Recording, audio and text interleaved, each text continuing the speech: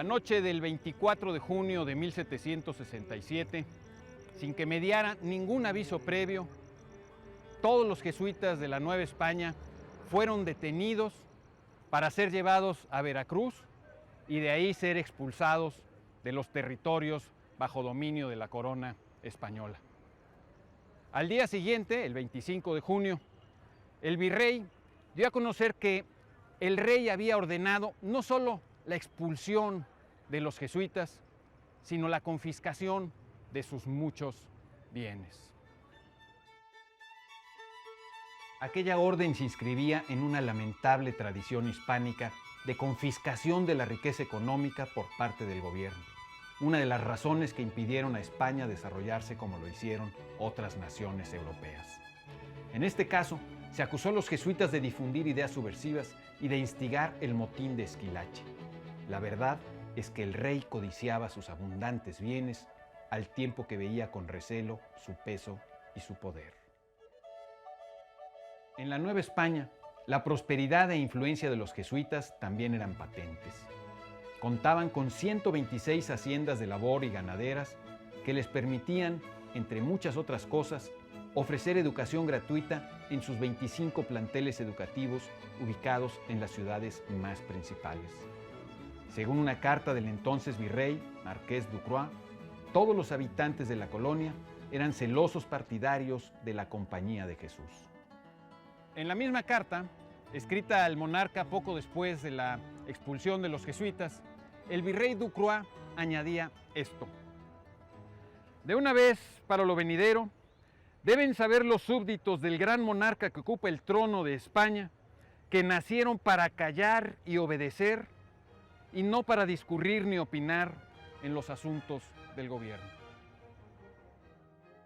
Al otro lado del Atlántico, 5 años antes de que el virrey dictara estas palabras, tan lambisconas como reveladoras y representativas de una manera de pensar, Jean-Jacques Rousseau perpetraba su libro El Contrato Social.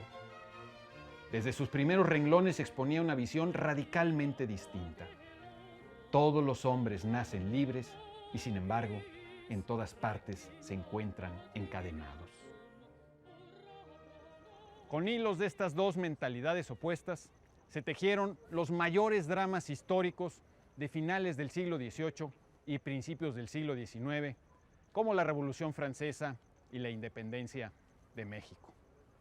O hemos nacido para callar y obedecer, como creía el virrey Ducroix, o hemos nacido libres, como creía el romántico Rousseau.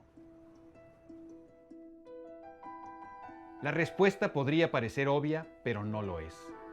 Parecería deseable que todas las personas nacieran libres, solo que afirmar tal cosa no es consistente ni con la historia, ni con lo que podemos observar en las personas al momento de nacer.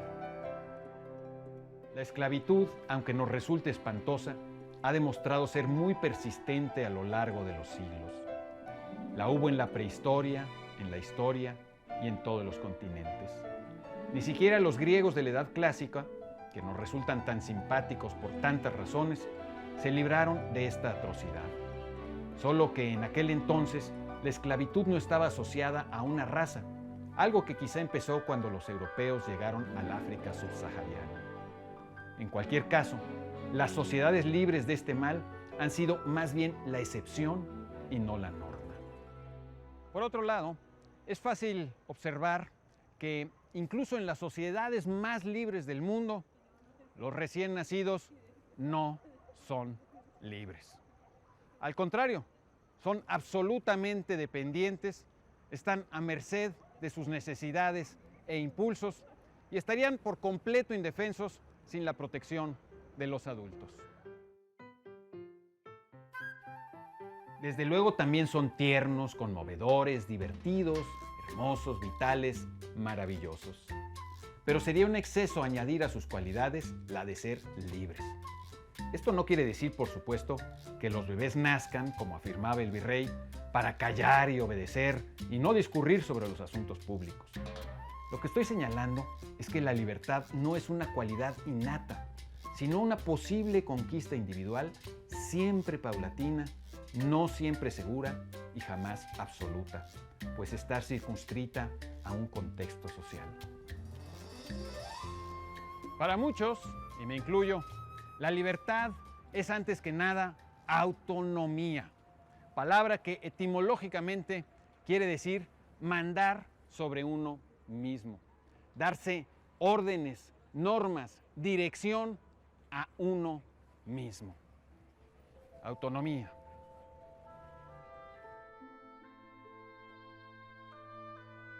El microbio, la mosca o el hipopótamo no son libres a la manera en la que podemos llegar a serlo nosotros, porque no cuentan con las herramientas simbólicas para dirigirse a sí mismos.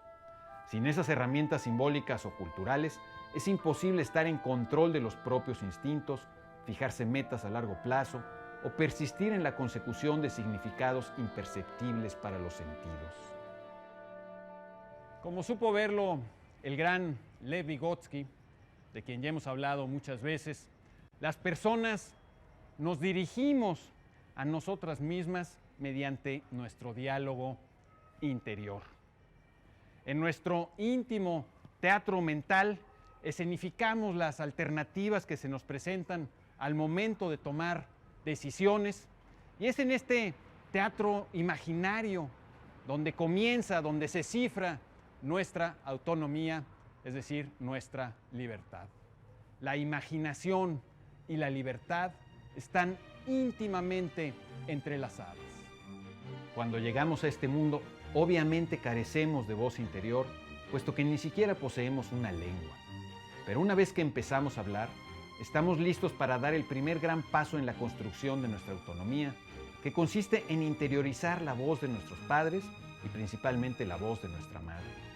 Ella nos ayuda a transitar por el rudo mundo, indicándonos cómo hacer las cosas, y esas indicaciones primero nos las repetimos en voz alta y más tarde logramos interiorizarlas en forma de diálogo interior.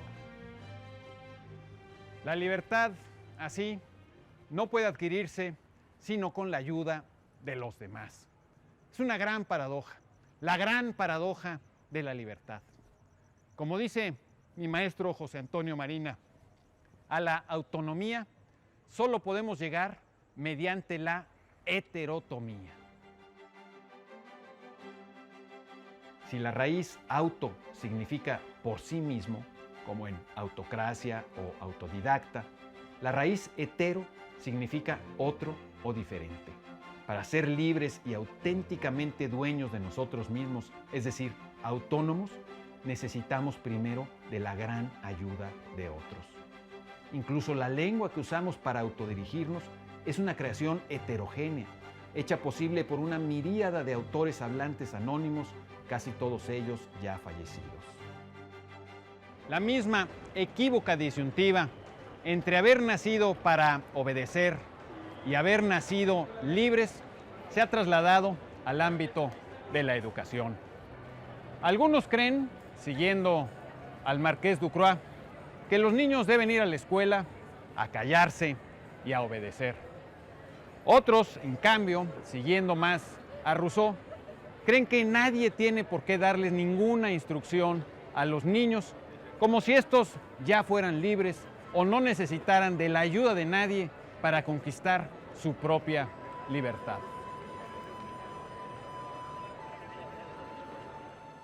Dos visiones, dos narrativas. Educación libre o educación autoritaria. Escuela nueva o escuela tradicional. Se trata de una dicotomía que no ha servido bien a los esfuerzos educativos, pues renunciar a la instrucción y apostar nuestro futuro al mero instinto de los niños sería un suicidio cultural. Pero crear una cadena de mando impositiva que va desde los grandes planes sancionados por el Estado hasta los salones de las escuelas que no tienen más remedio que aceptarlos, es también una forma de estorbar la imaginación y de impedir la experimentación de la que nace la experiencia y el desarrollo de las potencias creativas latentes en directivos, maestros y alumnos. Pero en otras ocasiones ya hemos hablado sobre la libertad educativa. Ahora volvamos al verano de 1767, el verano de la expulsión de los jesuitas. Uno de los muchos estudiantes que de un día para otro se quedó sin escuela a la cual acudir. Se llamaba Miguel Gregorio Antonio Ignacio Hidalgo y Costilla Gallaga Mandarte y Villaseñor, mejor conocido simplemente como Miguel Hidalgo, o con cierto toque bíblico femenino o carnívoro, Miguel Hidalgo y Costilla. Tenía entonces 14 años. Sospecho que le dolió ver que el gobierno cerraba su colegio. Lo cierto es que, más allá del latín, la gramática y la filosofía que pudieron enseñarle los jesuitas, Miguel Hidalgo aprendió a estudiar por sí mismo y durante el resto de su vida disfrutó del estudio y aprendió a tomar sus propias decisiones, no siempre acertadas. Dicen que nadie puede dar lo que no tiene.